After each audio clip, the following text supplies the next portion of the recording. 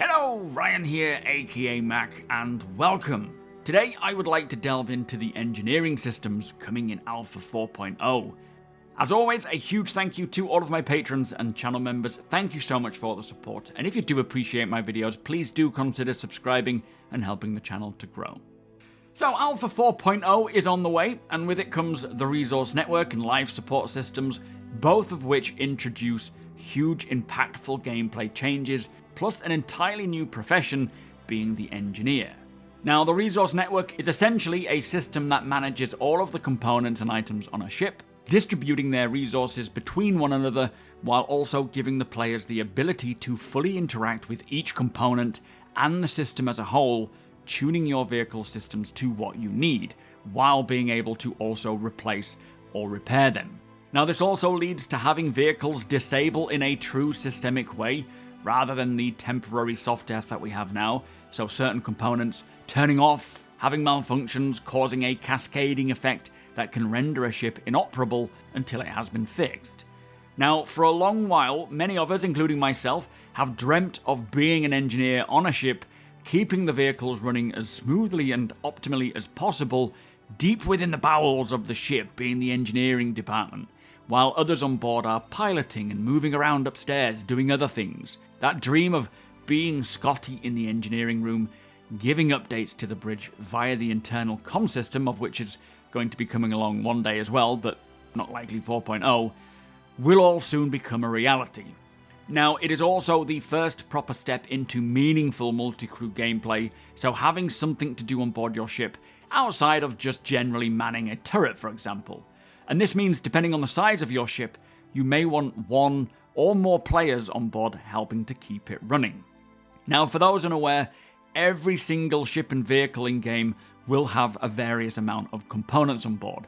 For example, like a power plant, shield generators, coolers, a quantum drive, and much more. And each of these components can age, degrade, or take damage, requiring players to either fix, maintain, or replace them as and when needed. Now, this system will not only apply to ships and vehicles. Eventually, all locations will utilize this resource network, like space stations or planet-side locations, and of course, when it comes to base building, your own homesteads and bases will use this and be required for keeping the lights on or life support functioning if you've built on a planet or a moon without oxygen, or even to keep your base defenses functioning. So it is a big deal and is rolling out in Alpha 4.0. Now, what this means for 4.0 is that if your components take damage, they will be the point of failure for why your ship is stopped functioning, and that malfunction on your ship will present itself in different ways based on which component is malfunctioning at that time. So, for example, if your components are overheating more than they usually do, it is likely that your coolers are malfunctioning. So essentially, your ship's health pool will be less of a factor in your death or just exploding, and it will be based more on the components getting damaged, which, if you are unaware, Cloud Imperium do plan on moving away completely from this traditional health pool and into a physically based system that removes the meta, essentially, using this Maelstrom physical damage system and this resource network to determine what damage your ship takes and where it takes that damage, resulting in barely any instant explosions and a lot more systemic logical failures. And one thing that will be great about this system, and being an engineer, is how knowledge, skill, and experience will be what sets engineers apart. The more you know, the more you learn and practice with this system, the better you will be at getting to the point of instinctively knowing what is causing a malfunction based on the issues that you're presented with or the malfunctions you're presented with, and then being able to respond to that as quick as possible without having to spend much time thinking or troubleshooting or looking something up. This should also mean that combat can expand on a massive scale and move more to rewarding tactics and skill, as learning about all ships and their component locations will be really important so that you can accurately target those locations, giving you the edge, versus just blindly shooting at a reticle until the ship blows up.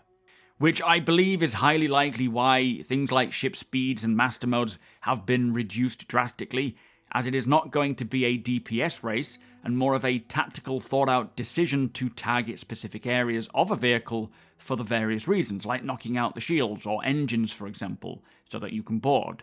And trying to do that at ridiculous speeds will be almost impossible, if not just frustrating. So I wouldn't be surprised if this is one of the reasons why the speeds have been reduced as well. Remember, they're not just balancing for what we have in an alpha now, they're also tuning for the future end goal of the game.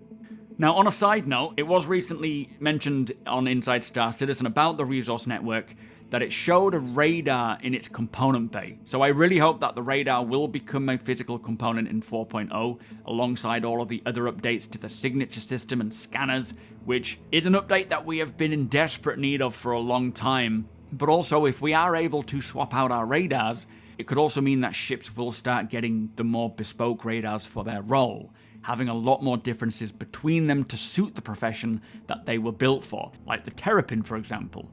Plus, it might mean that we can take a radar that is used for mining in a prospector, so ideal for detecting minables, and then place that in a different ship that is not mining specific and work alongside other miners or within an organization to help locate and supply the information and locations of minables. So there's a lot of potential there, but again, I don't know. It hasn't been confirmed that the new radars and scanners and signature system is coming with 4.0, but I feel like it is highly likely. Now, at this time in Alpha 3.2.4.1, there isn't a great amount of differences between components. Yes, right now there is enough of a difference to warrant upgrading, but there is currently an ongoing huge rebalance and implementation of new stats and specs for all components, and I suspect Alpha 4.0 will bring this. Again, I haven't had any confirmation about that, I don't think, but it will make using different components for different reasons almost imperative. Right now, aspects like grade and class are not really represented to their fullest, with class referring to whether it's a civilian, military, stealth, competition, or industrial component, or the grade varying between sort of D being the worst and A being the best. Now, as mentioned, there is a little bit of difference based on these aspects right now, but not a lot, and not as much as Cloud Imperium want. When the resource network comes in, we will see a lot more definition between these states, and for example, racing components will be very high in performance and ability, but their signatures will also be very high, and they will degrade very quickly. So you'll want to use them for your racing vehicles to get the most out of them for the race, and then in some circumstances you might even require swapping out during the race, in the middle of a race, like a pit stop, for a new component because the other one is blown up or degraded. Now, this will impact all vehicles, and deciding what to use will be a much more impactful decision depending on what ship you're using and what you're trying to do. And if we do get this new signature system as well, with the updated radars and scanners and more detailed refined component stats for 4.0, it should also mean that stealth can finally come along, allowing players to actually hide their signatures and move undetected, which is something that a lot of us have been waiting for a long time. Now, when it comes to repairing the ship and its components, again, for the first implementation of this system, so 4.0, it will be using a beam on the multi-tool. However, it has been said that as time goes on, they will begin to introduce more bespoke interactions to the repair mechanic for the various malfunctions, which is something that I really look forward to, as this again leads more into the skill-based vision of the game. Learning how to repair the various malfunctions quickly will reward those who spend the time to learn the system more itself. But as I say, for 4.0, it will simply be more of a point and click with the multi-tool. You will likely need some form of resource in the multi-tool, like RMC or maybe even CMC, to repair the item, so it will require something to make it possible. But again, I do look forward to seeing the more tactile and hands-on interactions in the future, as this will really expand on the immersion, feeling like you're really dealing with an issue at hand. Now, when the components get damaged and malfunction, the malfunction will present itself by way of things like misfires, like thrusters getting damaged, causing a misfire that can affect flight performance and ability. So as components get damaged or degrade from combat, they're overused or they're misused, like constantly pushing them to the limits, or even just due to age, they will begin to reduce in their ability, and if left unchecked, they will eventually just stop working altogether. Or in the worst case, they could create a fire, or a component like a power plant, they could get to a critical state and then cause a catastrophic explosion. Although it has been said that this will be very rare, and there will be plenty of time to deal with it before it happens, like removing it completely or repairing it. but bullet penetration is going to be a factor in 4.0, with more on that in a second. And for the release of Alpha 4.0 initially, there will only be a limited amount of misfires, but they say they have prepared the system to allow them to scale it with more in the future as and when they need to. So let us talk about this damage penetration. For Alpha 4.0, we're getting a bit of a simplified version of penetration while they are still working on this Maelstrom physical damage system. Now this essentially means that certain weapon types can penetrate through the hull of a ship and impact components that are behind that area, resulting in them getting hit and getting damaged. Now, all weapons will have penetration value. Some, of course, will be more capable than others. Plus, they say they will be simulating the armor of a ship, which can be depleted over time by the weapons. So, for example, ballistics have a much higher penetration value than energy, and this means that they can pierce through armor more deeply, directly hitting the components inside the ship, whereas energy weapons can actually help to melt the armor of a ship, and that will allow for much more penetration ability from ballistics. So for example, melting the armor on a ship like an Idris with some energy weapons, allowing for ballistic weapons to get through if you're fighting it with smaller ships. So a lot of tactics there.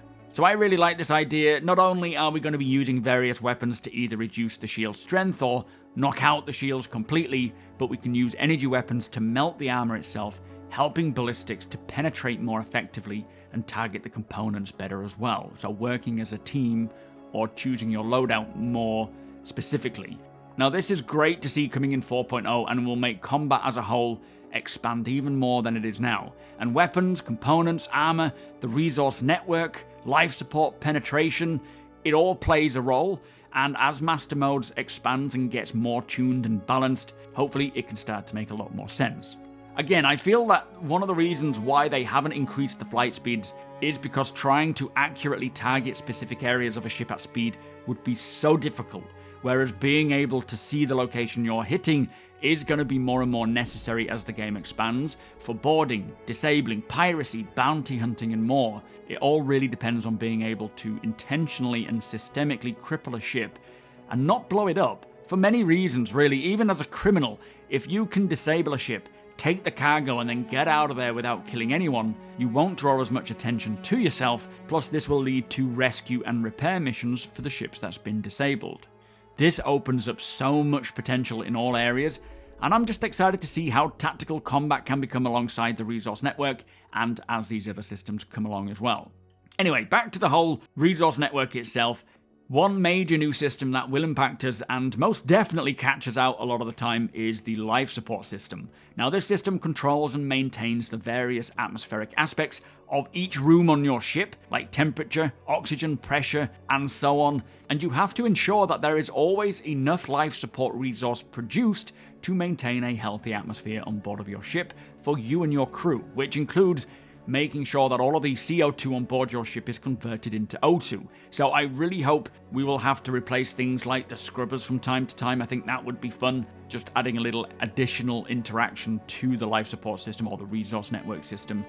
But this additional system to the resource network will have a big impact on all of us in many ways. Now, firstly, and most simply, making sure that if there's a room without atmosphere, you don't enter it without a suit or helmet on, or until it has had enough time to properly fill back up with atmosphere. So we won't just be wandering through our ships mindlessly like we do now.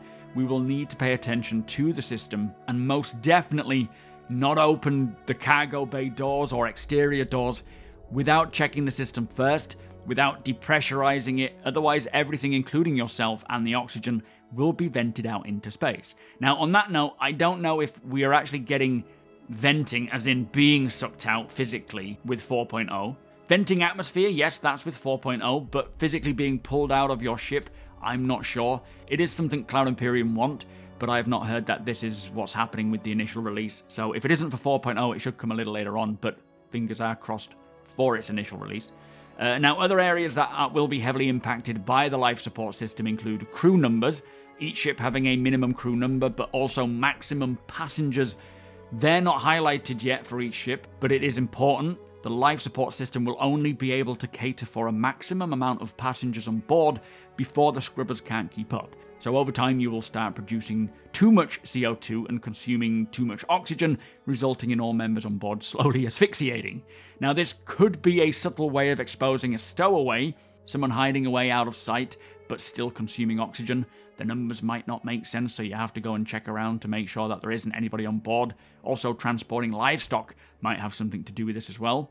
But of course, we know you can use the life support system to also tackle fires by starving the fire of oxygen, eventually putting it out and bringing the temperature down too. But it will also be quite effective at repelling unprepared boarders, cutting off their oxygen supply or venting them out, and eventually even cutting out gravity. I don't know if we'll have that option in 4.0, having the gravity generator as a component that we can interact with. I really hope so, but that will be a lot of fun. Now, it may also help towards stealth gameplay, turning off your life support systems to help reduce your overall signature. Exploring wrecks will be even more interesting as well, as both the resource network and life support will be something to check. You need to get on board, head to the engineering section to try and restore power and life support, so that you can then safely explore the ship with lighting, gravity, and oxygen. But overall, it is going to be a very difficult habit to break, running through our ships or other people's ships without caring about whether there's oxygen in the atmosphere, and I can see there being some pretty important rules implemented into crews, making sure that people are thinking before opening things, waiting for one door to close, for example, before you open another one. And on that note, I hope to see all ships with their updated door systems for this life support system too, being able to turn off automatic open, but also one day having the permission system restricting certain passengers from entering certain areas of your ship, especially as sabotage will now be possible in 4.0. So maybe only allowing certain passengers that you don't know on board your cargo bay, but nowhere else. Now, something else that we heard recently is that the resource network changes will also allow for different fuel types and grades beyond the current base hydrogen and quantum fuel. Now, what this means is that fuel with various trade-offs, like performance fuel, for example, or fuel with less or more efficiency, or less or more wear on your ship systems, and so on. This would not just impact the engineering systems and making a decision there on what fuel you want, affecting your ship's performance and ability, but also introduce more gameplay for other professions like mining, refining, and refueling. Now, let us talk about engineering as a profession. This, of course, won't be for everybody. And as much as I'm sure that a good chunk of us are really looking forwards to being able to intricately tinker away on our ships, there are many players who don't want to, and I will speak a bit more about that soon, but playing the role of an engineer is going to scale greatly depending on the ship in question. Now, in a single crewed ship, you will be doing everything, so having some knowledge will be necessary, but even in ships where you have a crew of 3 or 4, it is still going to be quite beneficial, but not absolutely necessary, that every member is somewhat adept with the engineering systems, as in many cases you will wear many hats, you will share many roles. That's not to say that you can't have a dedicated engineer on board of a small ship, but for larger ships especially, having one or more engineers on board will be pretty vital. And the way that I see this unfolding specifically for larger ships is you will have your chief or senior engineer who has the most knowledge and experience and is the most skilled, and then you have a number of junior engineers who, many of which might just be learning about the system, but the chief engineer may be found on the bridge or in the engine room, and they will be monitoring the systems, paying attention to anything that might cause concern before anything happens, or trying to handle the systems accordingly to what the bridge is requesting, especially in a combat situation. And then from here, the chief engineer will be delegating their juniors to run tasks for them, like repairing or swapping components or relays, putting out fires, investigating a malfunctioning component to find out what's going on. But ultimately, being a well-oiled machine is going to be very important, and for the chief engineer, this ability to diagnose a problem quickly as it happens, or better yet, spot a potential issue coming up before it happens and respond appropriately, is going to be real vital to making sure that the rest of the people on board your ship are safe. It is quite an important role, because if you get something wrong, it could mean the death of everybody.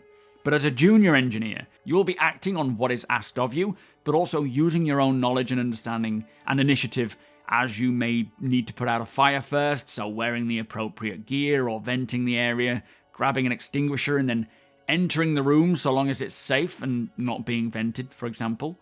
Then putting out the fire and deciding what needs to be done next. Do you repair the component, swap it out for a new one? Can you diagnose what the issue is? Or does it need to be thrown out of the ship immediately because it could be on the brink of exploding?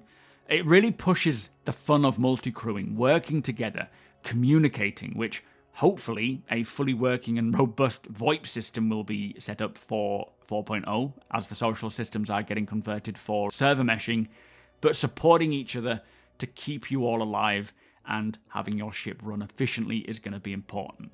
And part of this knowledge, skill, and experience is just knowing exactly where each component is on board of whatever ship you're on. And if you are joining the crew of a ship that you don't really know much about, doing a little research beforehand will be important. Also, knowing where the spare components and relays are found, making sure that you have the right equipment to tackle any issue. It's a big system, and as they say, proper preparation prevents piss-poor performance. Also, something that I would like to note is that you will not be able to repair an item to its full 100% when using the multi-tool. Only a certain lesser percent value you'll be able to achieve. That I suspect will drop more and more over time until it gets to unrepairable, but the only way to fully repair a ship is to take it to a designated location like a space station or a landing zone and then get it done there. That will repair everything to 100%. You will only be able to somewhat patch up your ship as you're traveling around. Also, only components of size 0, 1 and 2 are going to be removable from their housing.